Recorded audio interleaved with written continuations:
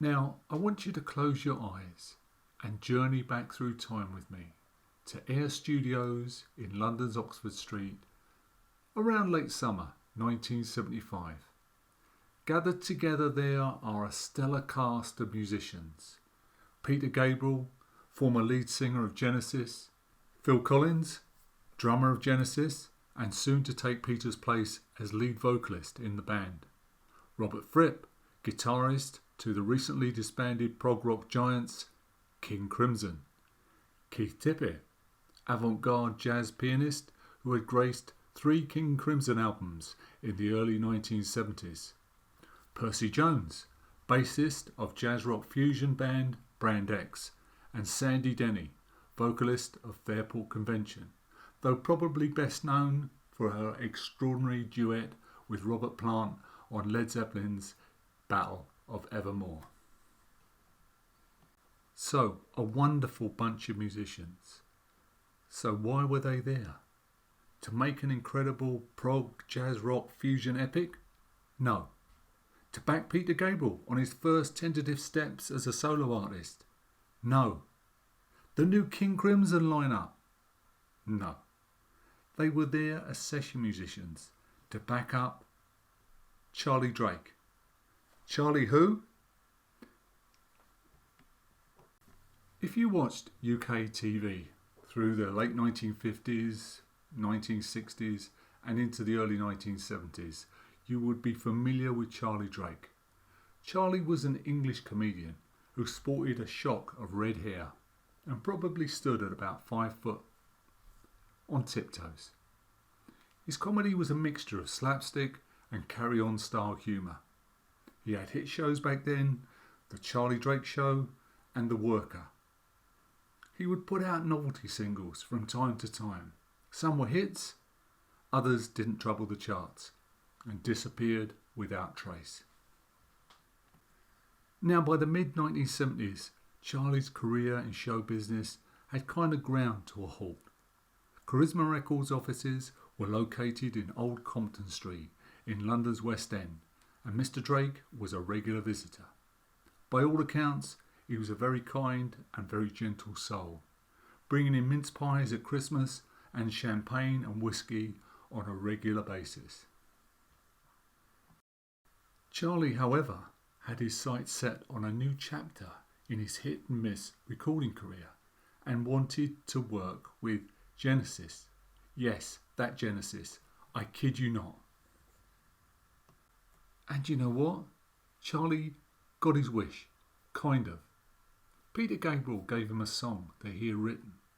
Now, Peter had been working on a bunch of songs with his friend Martin Hall from 1974 to 1975.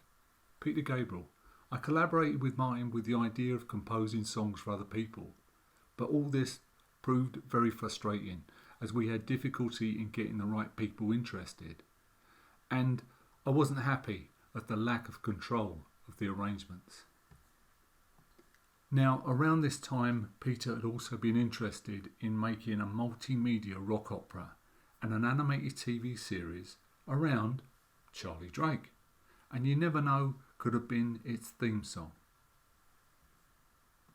So the idea of Drake and Genesis and Peter Gabriel wasn't quite as preposterous as it first sounds.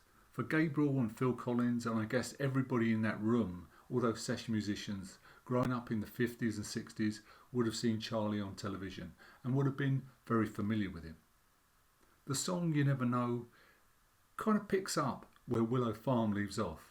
It's full of Peter's strange, hallucinogenic wordplay.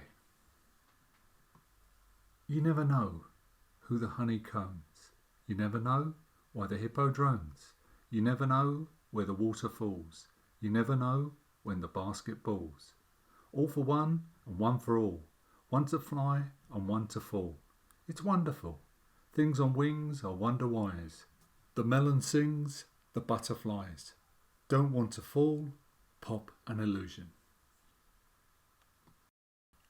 And fair play to Charlie, he tries so hard to make something of the song.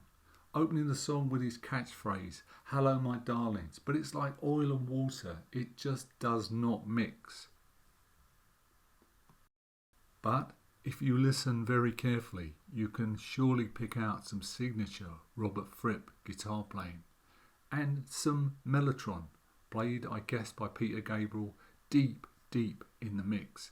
There was a rumour that Brian Eno attended these sessions, but that is just a rumour. Sandy Denny makes a brief appearance as a groupie, which is kind of cringe making.